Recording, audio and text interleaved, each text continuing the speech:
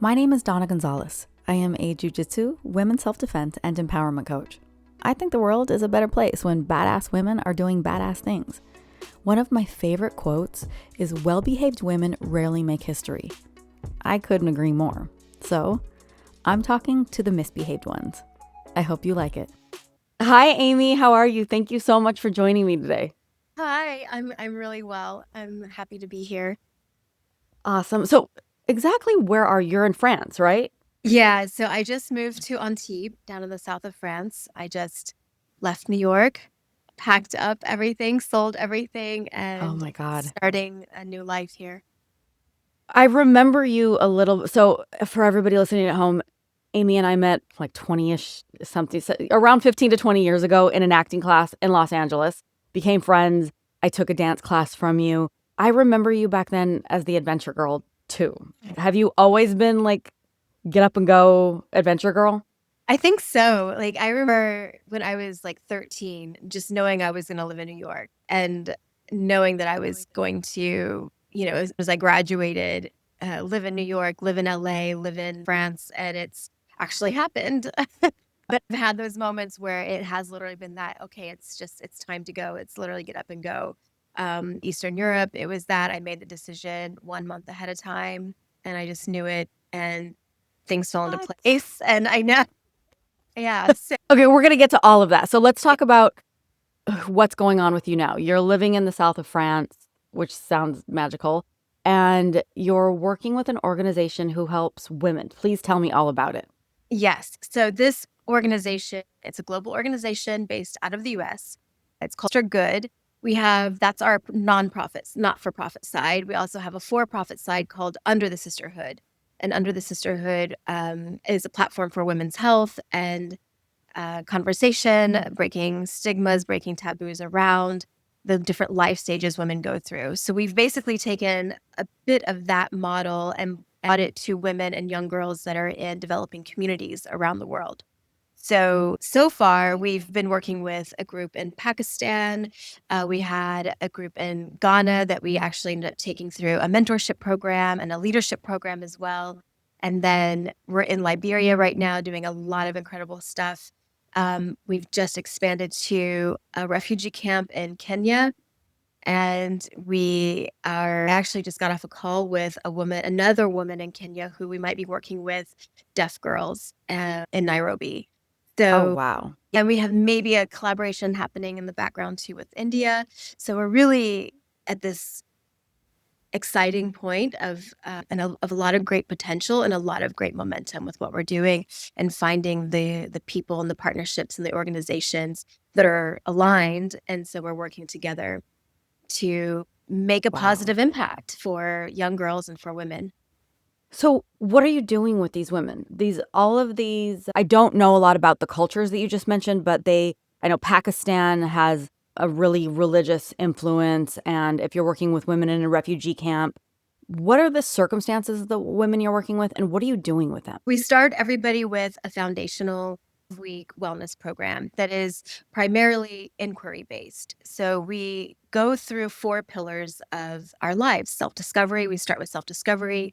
We go through self-care practices for all the different parts of our self-care, including our physical, mental, emotional, our spiritual self-care, our social self-care, our environmental self-care. So we go through basically 8 different areas of life.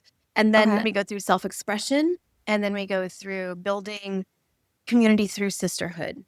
And how do women start supporting each other in their communities more? If they're not Yeah. already, deepening the ties, even deepening the connections and deepening the ties. So that Wow. is our basis. That's where we start. And then because we are in so many different places and every culture is different, everyday Yep. living situations are different. So each program is really curated to that group. So we Okay. start with this a structure of a curriculum, and then we identify what is needed from here. So after 12 weeks of programming, we ask, what do you want? What do you need? And that's, like, for example, in Liberia, the women said they wanted to learn skills. They wanted to learn culinary skills and tailoring and hairdressing. And so we started a vocational program there that in January, and we just started working with them less than a year ago. So Yeah. we've made a lot of progress with this particular group, and they're learning English and math, and they are learning soap making as well. And we're in discussions to create a clinic and to also provide medical education. Mm-hmm. And then on top of that, help them create a collaborative business, because the whole idea is for them to be self-sustaining, I eventually. love that. Yeah. So our resources can even go further with them, in other areas. But we provide livelihoods for the teachers that are on the ground there. We pay the teachers to run the classes. We somebody to manage. So creating these livelihoods, is was pretty hit by their war. So Yeah. education dissolved and a lot of things. Just Mm. this is really important. It's making, a lot of impact there, because the women are finding purpose. They're finding their talents. They're finding a place to express themselves, and they're finding a key within it all. And we also just started a program there for women to start to become facilitators for good. So I love it. yeah, it's a lot that we're doing. Oh, wow. I have a very similar mission with my Women's Self-Defense Network. The idea behind it was I wanted women anywhere in the world to be able to go online and find a female coach to work with in self-defense or martial arts or whatever it is that women can offer. And then at some point I got contacted by an organization that works with Native American tribes. And my idea was to come in and train them in what I do, and then eventually have them start their own self-defense programs. Mm. The talks have slowed down and we're not really doing much with it. But as you're talking, I'm like, yes, I know the feeling of wanting to do this because I've been trying to do something like this with my organization. Who are the ladies that you're working with? Like, who's on the other side of this movement? Is it all women on your team, or like No. who are you guys, and how did you guys all find each other?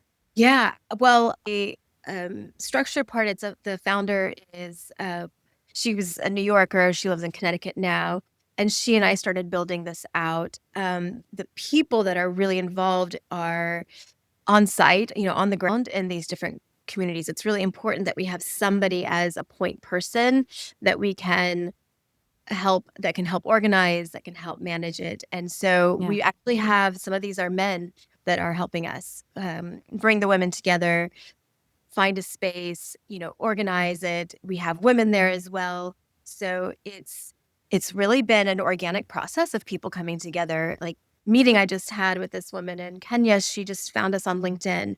So the opportunities are coming, and I'm just saying yes to it and finding a way to Yeah. make it happen, with our fundraising. So we have a small team. We have a board of directors. We aren't all women there. It's a mixed group. And we are also partnering with another woman from the US who's been doing a lot of similar projects in Liberia. She also has a group in Uganda that she's going to be linking us up with. She's been just really active with various communities and helping them, find or create livelihoods or get the resources that they need for agriculture and business. And so we have these, partnerships with people. Board of directors is from Ghana. So she's been also really instrumental in connecting us with some of the communities throughout Africa. And then the refugee camp was also a gentleman that I had found on LinkedIn, actually, and we work things out. So it's been a mix of people involved. So people come to you. It's not like you guys are sitting around going, okay, how do we get into Liberia? How do we get into Pakistan? It's people finding you and saying, hey, I have a community that I can serve out here. Is that it? So some people have found us through Instagram, LinkedIn. Some have been through conversations I've had with people, and that one conversation leads to into a community. So it's been ways where it's either our outreach or people finding us through. Wow. Yeah. And what's your role in the organization? I'm the executive director. Yeah. Okay. So is it a lot like when you're doing indie filmmaking? Are you just, I'm finding resources, I'm doing the casting. I'm like, are you just out there like making it? Are you like herding cats behind the scenes? Is that Right. essentially what you're doing? Yeah, kind of. It is like, okay, I go to the board and I'm like, we have this project, like, let's get funded. How do we do it? We did a crowdsourcing in November, December through Give Butter, and Mhm. that was pretty successful. We didn't reach our full goal, a very ambitious goal, and we did pretty good getting there. Now for us, the main process is kind of ongoing, a lot of potential. And as I said before, this momentum, people keep finding us and with it and projects that for me, I'm just like, yes, that this is exactly where we need to be, what we need to be doing next. So it's putting together the fundraising. We do corporate sponsorships. We have some organizations donate, a certain money for a certain project. For example, Yeah. we have a lot of just friends and family donations as well that of our board of directors have been supporting us either through their networks of people, our founder and her networks of people, my networks of people. So it is kind of just all together. We're really working to get to the point where we can start to get grants.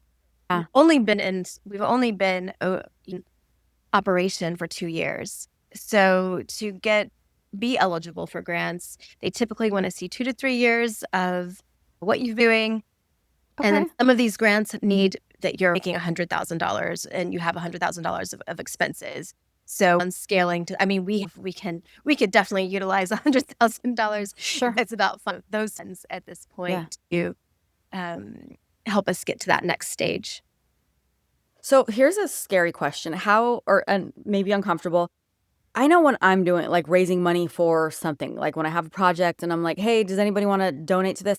I really struggle with how to pay myself and put that money to the use of whatever I'm raising money for. Yeah. Um, how do you guys, how does your organization do that? How did you decide, hey, I know I need to live on this kind of money and I know I need to survive myself and I'm trying to do this work? Is there a structure that you're following? Or let's say there's somebody out there listening who's, hey, I have a mission and I want to do it, but I don't know how and I don't even know how to pay myself to do this mission. Do Yeah. you, I don't know, are you like driving French Uber on the side? Like, what are you doing? How do you decide to pay yourself? I'm working for this organization while I was the founding employee to help structure it and get there. It's a little bit different. I did start my own NGO and I ran that for 11 years, and that was a dance program in Bosnia. You were about that. Those were the Yeah, years we'll you and talk I about were. that. Yeah. Yeah. At that time, I wasn't taking a big salary. It was a heart project. And I, was able to cover some of my plane tickets, or a small stipend but at that time I was just enjoying what I was doing. And I did have other teaching things on the side. So Yeah. now this is really a part-time position. Okay. We're working on scaling it to be more because there's a lot more that I can be doing that we Yeah. will need to be doing it, especially as we're growing. So as long as we keep bringing the funds in, then I can keep the programs running and the partnerships going and everything. Yeah. Yeah. Interesting. How did you? Okay. So now let's start talking about how you got here. Because when I met you, you Mm. were a dance teacher, you were a performer, and you were running your Bosnia girls program. So how did you? Who was the little girl? Where was she when you were like gonna live in LA, gonna live in New York, gonna do the things, gonna move to France? Like, how did all of that happen? How did you become this international organization boss lady working in the south of France? No, it's been a series of pivotal moments. And I think the underlying or the underbelly of it all has been really listening to myself and listening to that inner knowing of, like I said before, I knew I wanted to pursue dance. I knew I wanted to be in New York for it. I knew I wanted to explore. I knew I wanted to travel. I didn't have necessarily those same like personal role models in my life. Like my parents were out doing this. And so I saw it. I somehow just knew this is what I want Mm-hmm. to do. So it's really been following the nudges along the way that have and listening to it, but then also just like you said, having the courage to follow it, to figure it out, Yeah. to put one step in front of the other. and be okay with not knowing the whole picture before I take that first step forward. It's really being able to live with the uncertainty and inside of it and find the excitement in it and find the unfolding of it as part of the process of living. And I really feel alive when I've been doing the things that make me happy and that I've followed those nudges. Usually on the other side is something we don't know it before we make that first step, but on the other side, then you experience what is there waiting for you. Yeah. What was the first big leap of faith? Where was the first big move from home? Where was home and where was the first like big jump? I grew up in San Antonio, Texas. So I would say after I went to college for dance, was a 4-year university in Oklahoma. And then after I got a summer performing job. And after that summer performing job, I remember I got my plane ticket and I had, I think, 1 or 2 suitcases and my pillow for the flight. And that was when I went to New York. I had made, actually, I would rewind that. So maybe it was the summer between my sophomore and junior year in college. One of my best friends and I decided to drive out to LA and study dance for the summer. And so that was probably the foreshadowing to moving to New York eventually. We were in LA for that summer, and then the following summer I did go to New York to study dance. And I had some other fellow friends and dancers there, but those were probably the 2 instances that I had figured out. I went place to live both times, and that was pre-internet like we have. And when you had to look on, how did we even do it? Like you got newspapers and had to call people and there was, do you remember, I don't know if New York had it, but LA had you would go and buy the listing. It was like LA apartments or LA rents or something like that. And circle. And you would have to go, and you would have to go and pick up a whole bunch of stapled piece of papers together and just do your search. And there would be like, I remember when, when Craigslist first started, like when the internet was in its infancy. And I remember I was a massage therapist. And I remember I was massaging a young girl around my same age and she told me about Craigslist. And I was like, what is this? And she was explaining it. And I'm like, oh, okay. And I turned around and found my next 3 roommates on Craigslist. I found all of my houses to live in LA on Craigslist. Yeah. How weird is that? I know. Okay. Go. I'm sorry. Go. No. So those were the first few moments I would say that started to pave that. Yeah. Because when you do it, then you start to build this trust in yourself, and then you know you can do it. So the second I've done this, I can do it again. And it doesn't mean that each time you don't have a little bit of the nervousness or the butterflies, or what ifs, where the mind can take over. But I think the key is to stay in your inner being, to stay in your grounded instincts, your intuition, and listen deeply to that, rather than letting all of those distractions and noise and fears step in. That's where we get held back, is if we stay in it, And the more you do it, the more bold you get. That's what I wish I could go back and tell young 20-year-old Donna, is man, just the more you do it, the more bold you get. I was pretty bold. I was kind of like you. I would wake up. I'm from Los Angeles. I'm from the Pasadena area, but my family had moved to Arizona by the time I was in my early 20s.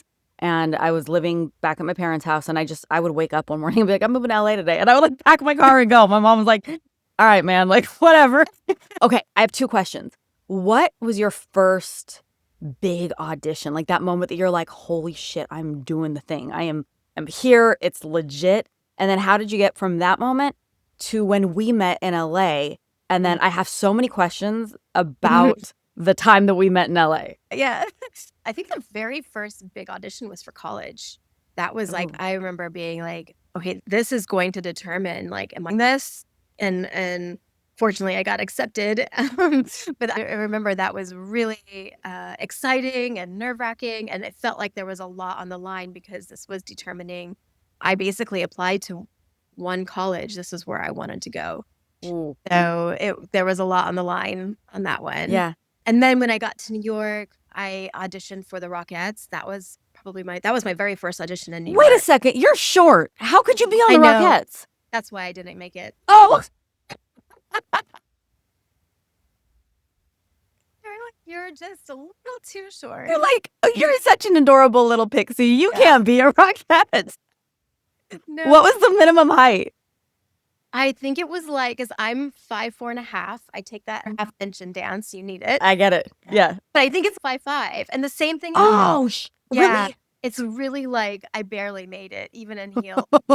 And then my other audition that I did several years later, the same thing happened, was for Crazy Horse in Paris, which is a really beautiful, very risque show.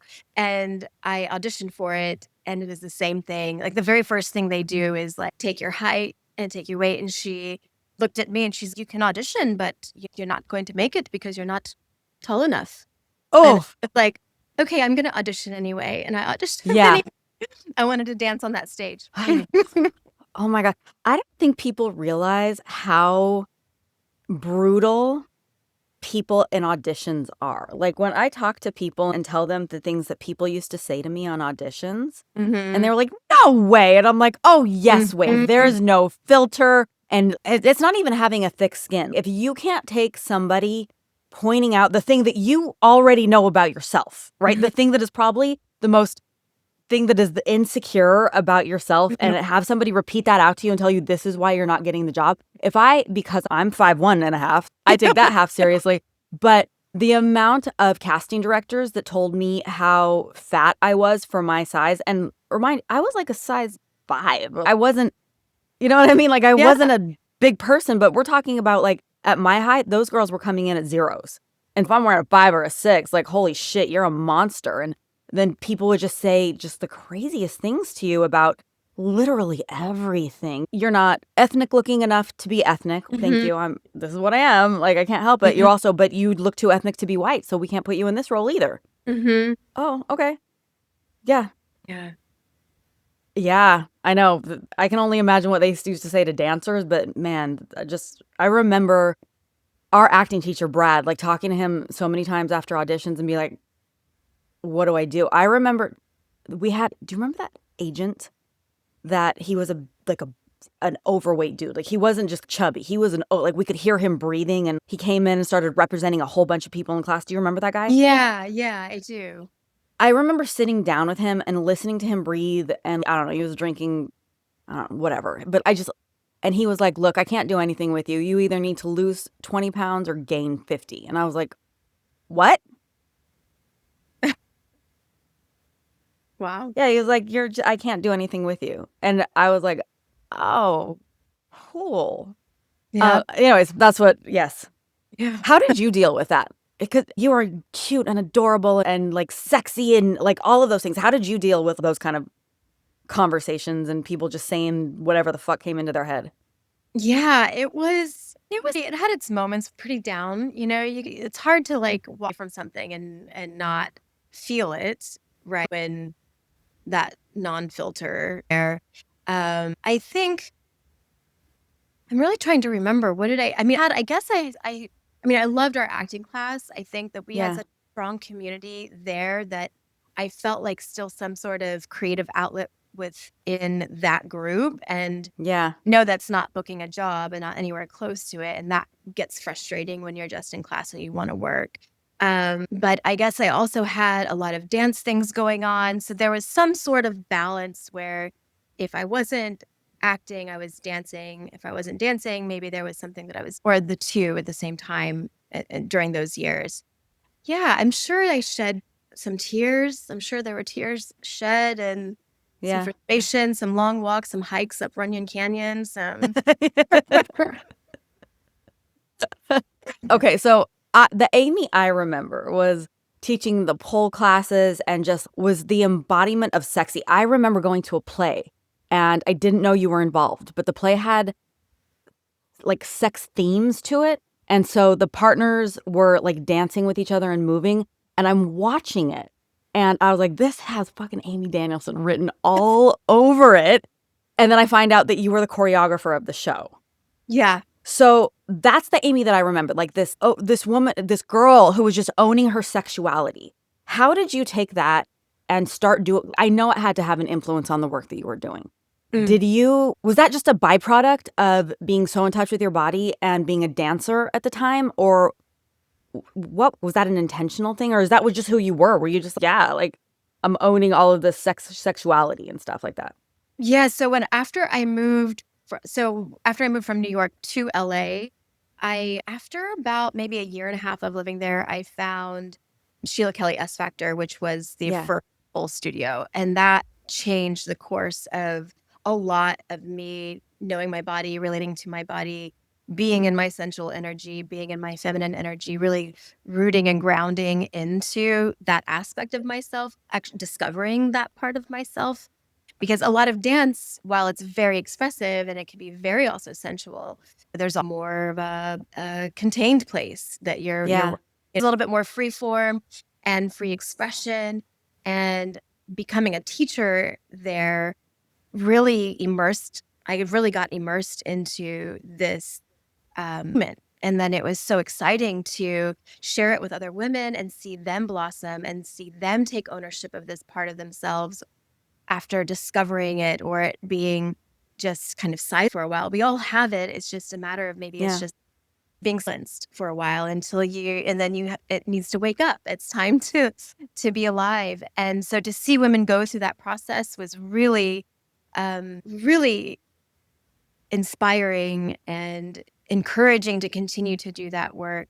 And I, it in a different way, brought it into the girls that I was working with in Bosnia, more in a way of self-confidence and positive body image and Yeah. positive reinforcement that they were incredible, talented young girls that were going to be incredibly talented young women.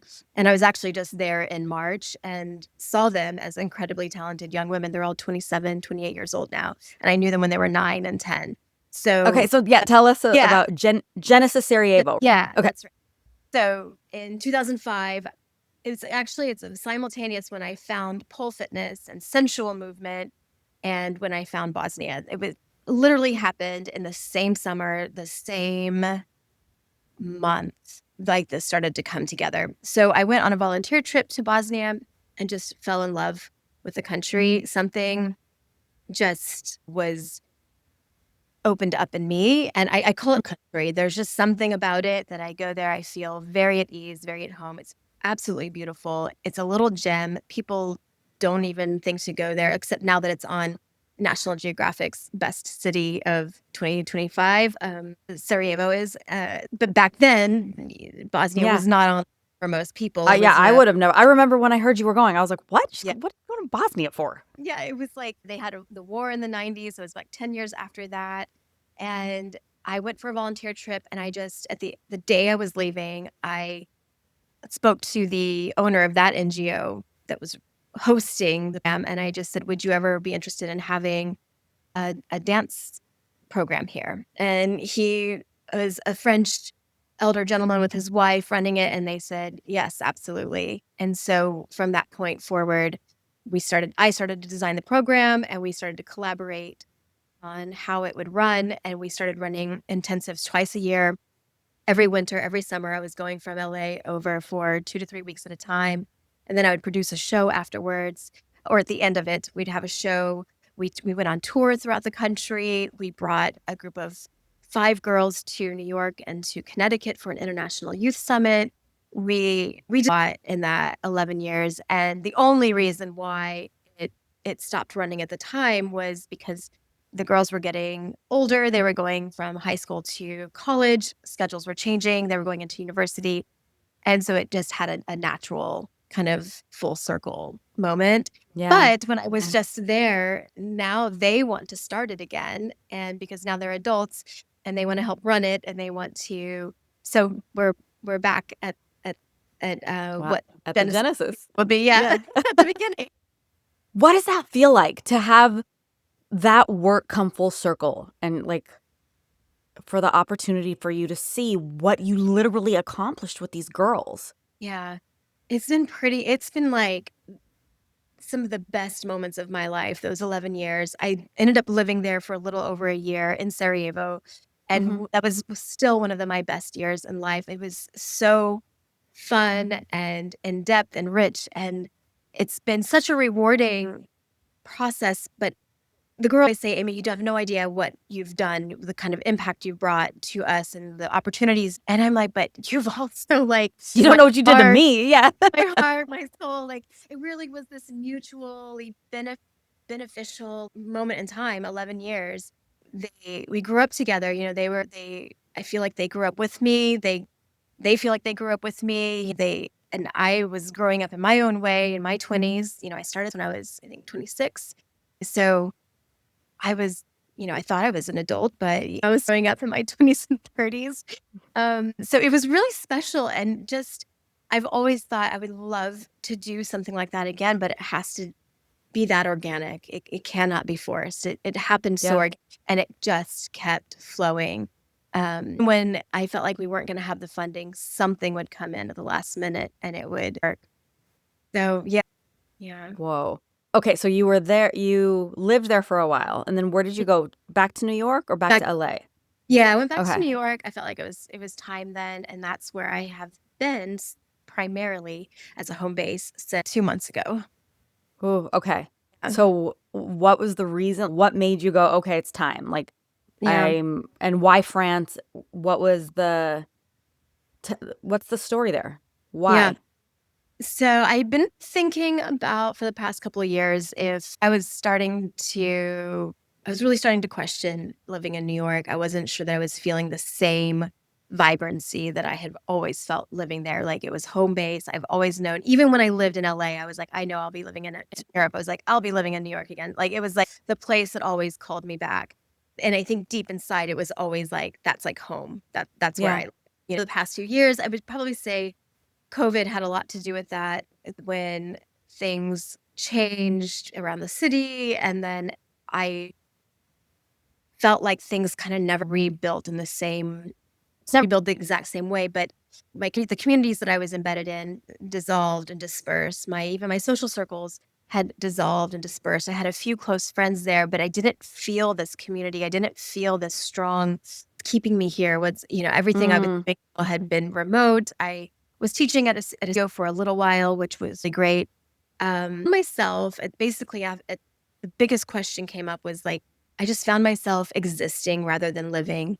I felt like mm. I was just going through the motions. And of course, we can go through phases like this, not every day is going to be popping, but there's generally some sense of belonging that we feel somewhere where we live, or hopefully that's what Yeah. we want to feel where we live, where home is where we belong. The city that we're living in is where we feel we belong. And I just started to feel like this is feeling expired is the best word I can put to it. Oh, that's an Oh, interesting word. yeah. Expired. Yeah. Huh. Does New York feel like a relationship that you like ended? Yeah, they're part of the process where I was like, this is like breaking up. Like this is a Yeah. relationship that's breaking up. And it took a few moments to unravel, to unpack it, to really be clear, like make sure this is what I really Yeah. know and want to do. And I did make a trip to Antibes in September. And that trip really kind of I knew I was coming back here. I knew I'd be Mm. back here. I knew I'd be living here. But I've also known the Mediterranean would be where I would go after, if there was an after New York, I was like, it would be the Mediterranean. And I used to sit That's on so weird that you knew that. I know, I would sit on the terrace of my apartment in New York, overlooking the East River, imagining that it was the Mediterranean Sea. And I would watch all these like What? shows about the houses over here. And it kind of know which part and when. Like I've thought France and Italy and Spain and Croatia. And when I was in Antibes, I was like, this is it. And I was like, I left my heart there and I've got to go pick it back up. Oh, I get the thing about the relationship.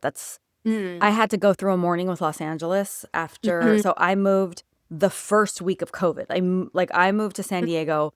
I moved on March 1st, and my husband followed me. We moved into our house on the 15th of March, 2020. So Mhm. I only experienced like the first week of COVID in Los Angeles, but I feel how much the city has changed. And when the fires happened at the beginning of this year, and I was going up to take donations and help my friends who had lost their houses in the fires and their businesses and everything like that, I remember going through a mourning and like really having to come to this place where Los Angeles is not mine anymore. This is not my story. I'm on the outside of it. And Los Angeles was so much a part of my identity for 20 years. As I moved there and had my first apartment by myself and navigated Hollywood and all of those other things. And I had to go through that, not even a breakup. It was like the morning of realizing that I'm not attached to that thing that was so much a part of my identity for so long. So I get that, but knowing where do you end up, I'm super happy I'm in San Diego. I feel the same magic about the city. I love that. I love it here. It feels like home to me. It has, because I feel I'm a California girl. I was born in NorCal, raised in LA, and now I live in San Diego. So Californian to my bones, but I get that. I really get that. How have all these phases of your life affected who you are when it comes to relationships and how you manage your relationships and how you navigate them? Because I imagine that Amy, the dancer who is like emerging and owning her sensuality and like her learning what that means to be her, and then in Los Angeles as a young 20-year-old girl is not the same woman. I hope I'm not the same woman. You can't be the same woman. How have you taken all of this and weaved it into how you navigate your relationships? Yeah, like with all my relationships, like across the board, you mean? Or romantic, but also I'm a different friend than I was in my 20s too. But yeah, I was specifically asking about your romantic relationships. As from afar, I've seen you weave through a lot of relationships over the years because we've always been in touch on social media. Yeah, it's true. So yeah, I mean, when I lived in LA, I was in an 8-year relationship that was really, I think healthy and communicative. And then I enjoyed my single years after that. And I really appreciate that time, the in between relationships where I feel like it's such a magical place for more self-discovery and more expansion, and where I've gone forward this year with a very specific motto of I choose me, but it's obviously easier when you're single to be going, I choose me. And when you're in relationships, there's somebody else who be like, that's part of the picture and that you're considering. So this is just another chapter. I really feel like by leaving New York, that like kind of let up one book and we're on to the next. So I guess now I'm in another self-discovery phase of what I want in the next half of my life, hopefully what I have of another several decades, Yeah. I don't know if that really. What do you want out of relationships? I'm curious. I didn't have a specific answer in mind. I'm just curious to hear what you say. What do you want out of a relationship? You know what I mean? I think here's why I'm asking. You and I are not traditional people at all. I have no kids. I have no desire to have kids. So my marriage looks a lot different than people who do want to go down a traditional path. Like my husband and I very much support each other's individuality. We have different interests. So like his support of me being, I'm weird. I do jujitsu and I'm in a fight gym all day and I coach tournaments and you know what I mean? I'm not like a traditional wife. I don't make dinner for us at night. You are also not a straight path person, right? Right.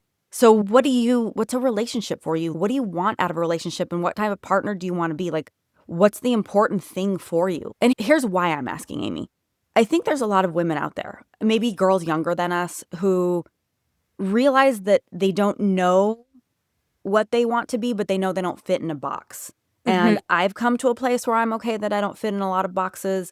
And it seems like you have too. So like, how did you come to that place? I had to do a lot of self-discovery and a lot of like acceptance and therapy and all that other stuff. And to realize that I don't fit in any boxes, but that's still okay. And more than okay, it's actually how we ought to be living, right? It's just conditioning and programs that have put us in these boxes. That's not how we're supposed to be. And that's not how we're supposed to live, is inside of these boxes. It's been really important to me in my relationship with myself and also my relationship with a partner at any given point in time, whoever I was seeing. And it's really important too that in all my relationships that is valued, right, by friends and people that we work with. So my individuality, I think that is it. I need freedom to explore, to expand. And I need the other person to know that that freedom and expansion is no threat to them, or like I'm a super loyal person. I don't cheat. I don't lie. I don't do these like, so my freedom and expansion is part of just me being who I am. And knowing like a partner allows for that and feels secure with that is huge. Feel that comfortable, because I don't think I've always felt that support from partners. They don't Do you understand. think, yeah, have your partners had the need to be free, whatever that means, even when that comes with loyalty and whatever? I think that before I met my husband, there were a lot of guys that I dated that didn't know what to do with me. Yeah. Do you know what I mean? Yeah. They didn't know how to take my personality. Yeah. Have I've you? experienced that. Yeah, for sure. Yeah. It's like, okay, everything's great, but yeah. Yeah. Yeah, and I think, well, I also think, I think people, it depends on the perspective of a relationship. Some people feel trapped. I don't have that perspective. I think if I've chosen a person, I've chosen you for a reason. Yeah. And by choosing to commit to you and choosing to dedicate a, an aspect of myself and part of me to you and to the relationship, I am finding freedom in that. I'm choosing this. I have that freedom of choice, first of all. Yeah. And there's something in this then that is satisfying, really fulfilling, really inspiring, otherwise I wouldn't be here. Yep. It took me a long time to even be in relationships. I was very selective growing up. Didn't do the typical dating thing in high school.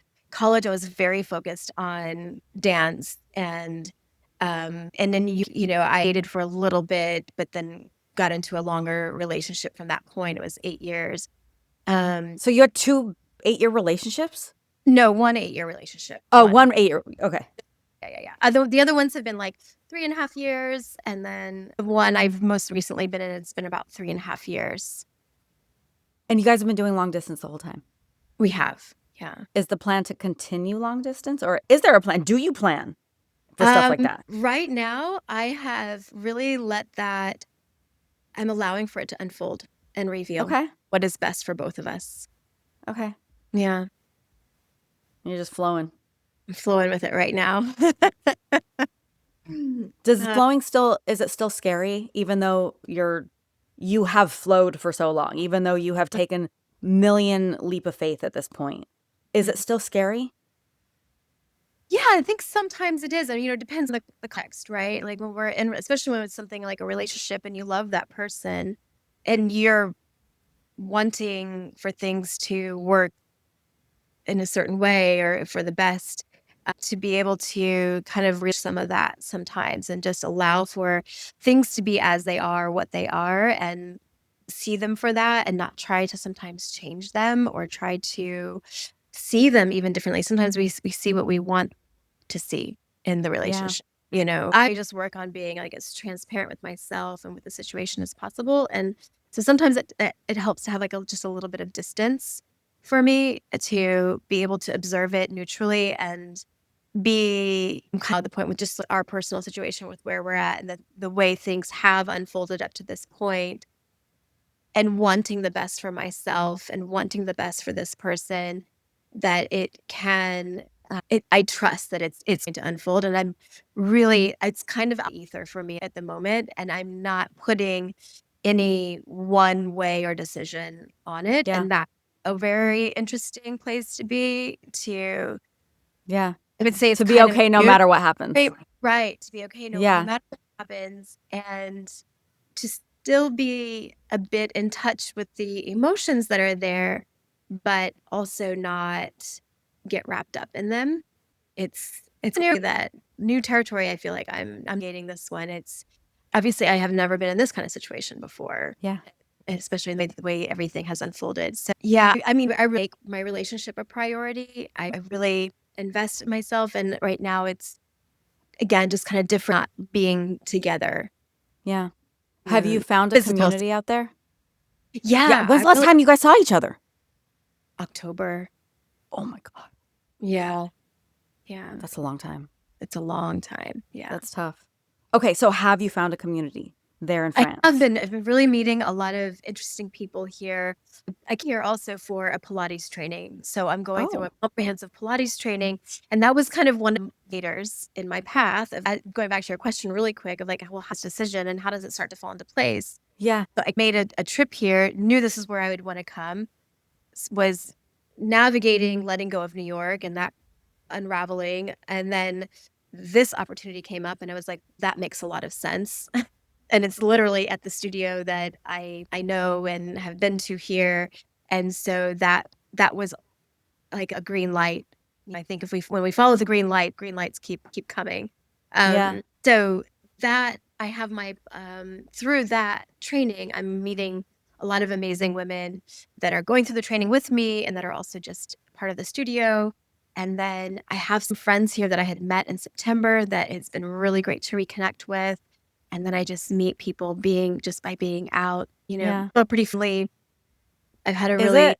yeah, I mean, I've experienced that. A lot of friendly people here. Did you So, speak French before going there, or were you just, I'll just learn it while I'm there?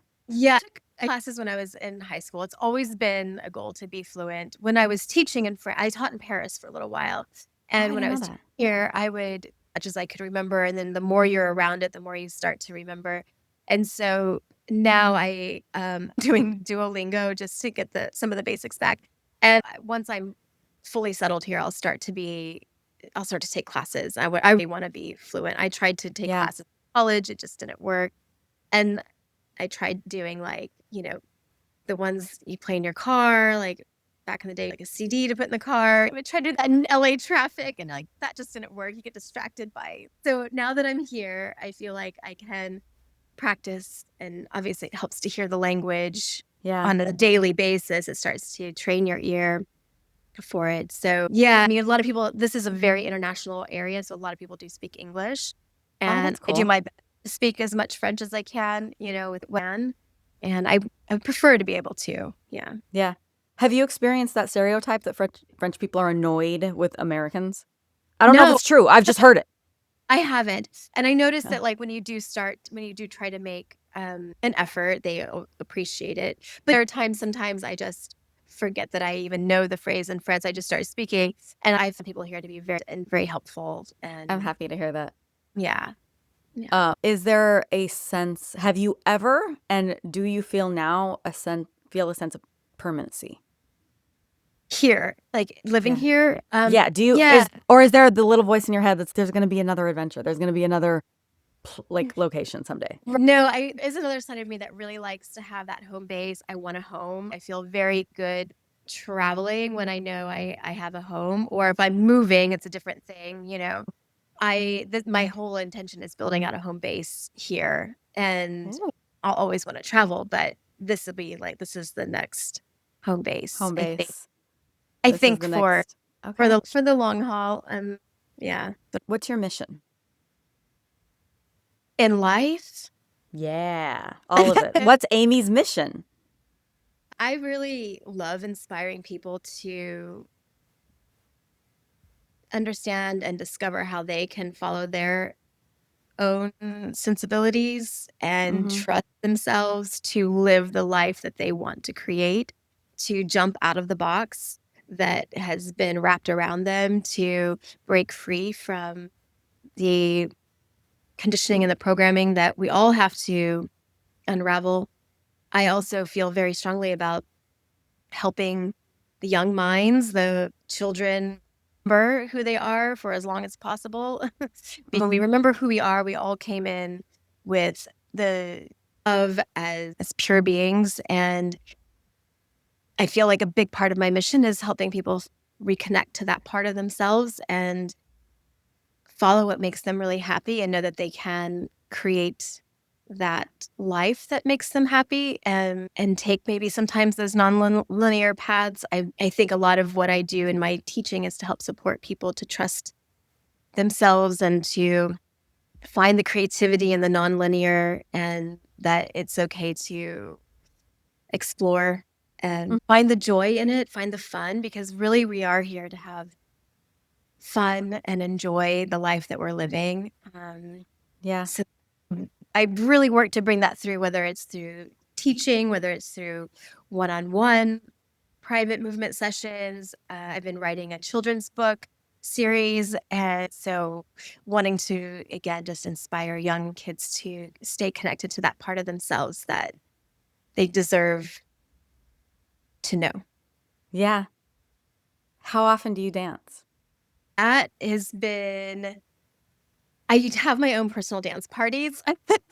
I love having those pretty much on the regular here, just or wherever I am. That putting on just music and moving, Yeah. I love. I used to, when I was in New York, it was just for some reason, just like choreography would always just like come out of me there. Never, it was just spontaneous. So now that I'm here and I'm like reorganizing life and scheduling and living kind of on a different rhythm, I have been really going back into like, for a long time, I've wanted to start a dance company. That's kind of on the brink of maybe a creative project. And sure, now that I'm here, I'll be working with some of the dancers that are in Sarajevo in collaboration with that. And we're working on the project there in Bosnia as well. But also being able to bring them over to this side and have some sort of international collaboration here. It's amazing. But my breakdancing has been, just because I've been in such transition, hasn't been as much as I was when I was like, right now the weather is really nice. So I've been just getting out and like getting my outside. But it's something you ask because I literally was watching some old videos last night and I was like, I missed that. I need that again. And I've got to I got to carve that out for myself because it helps me process emotion. It helps me just, it's like a therapy session. It's better than a therapy session for me. Like it lifts everything in me. My motto is elevate your heart, move your soul. And that's what I feel like when I dance, is my heart is elevated and my soul is moving. And there I get clarity. And in that I get direction. And in that I get really being able to live in a very happy, content place. That's awesome. I'm so proud of you. Thank you for taking this time to talk to me and tell me about the work you're doing. And if anybody out there wants to support, how can they support? In what different ways? Obviously, they can give you guys money, but are there other ways that women can support the work that you're doing? Yeah, absolutely. Or men, anybody. I'm just assuming women are going to listen to this. Yeah, absolutely. So we have, our website is sistergood.org. And so through there, you can find out all the information about our programming. You can donate through the website. We also have a Give Butter site that you can see the progress that we've been making. It's a little bit more like live progress going because we're on an fundraising basis. If anybody has a corporation that they want to introduce us to, or their own work, or a friend's corporation, sponsorships are really helpful for us and instrumental in kind of getting sometimes to that next level. Or writers, people who know grants, or people who would like to be a mentor. We're always looking for mentors, or even just connecting us with other communities around the world that they feel like would benefit from the work that we're doing and the programs that we offer. And then I have a YouTube channel that I've been slowly building up to just offer movement, because part of my mission is to also help people stay active so that they are doing the things that they love when they're 50, 60, 70, 80 years old, that they're still enjoying life to their fullest, and mobility is so important. So I've started this YouTube channel. How do they find your YouTube channel? It is called Freedom Through Fitness. Love it. I just recorded some new videos yesterday, so I'll be uploading those in the next few days. And I'm doing sailing retreats. So if anybody's interested in sounds amazing. Women's sailing, a women's sailing retreat is something I've wanted to do for a long time. So if you're interested in like a curated private sailing retreat, or with a group of friends, or for colleagues, definitely I'm here in the south of France doing those here, or on the Mediterranean, Italy. Sounds like such a rough life. So lots of ways to be in touch and work together or collaborate together. I'm so open, and I love finding people that are in the same sort of mode in life and excitement to create really magical and beautiful experiences. That's awesome. I love the work you're doing. My mission in life is also to empower women and like to just help them find the space inside of themselves and love themselves. I do it through jujitsu. I do it through helping women own their body and feel powerful, but we're doing the same work. We Thank got to you so talk much more for about. Yes, definitely. Yeah, thank you for sharing your story. I think there are so many women out there who also live outside of the box, and it's so much fun when we get to connect. And even women who do live inside of the box, I think maybe they might like to hear our stories and they Yeah. can relate to us in different ways. And that's what this was all about. I just wanted to talk to women and hear their stories. And I'm loving this. And I thank you so much for taking the time to talk to me. I wish you all the luck in the world in everything, in your ventures, in your dancing, and the Pilates, in your relationship, and all of it. And I'm so excited to see what you do next. And I'll keep following you and cheering for you. And I appreciate you. Thank you. I appreciate you too. Thank you for having me. This has been so fun. Thank you. We'll talk soon. Okay.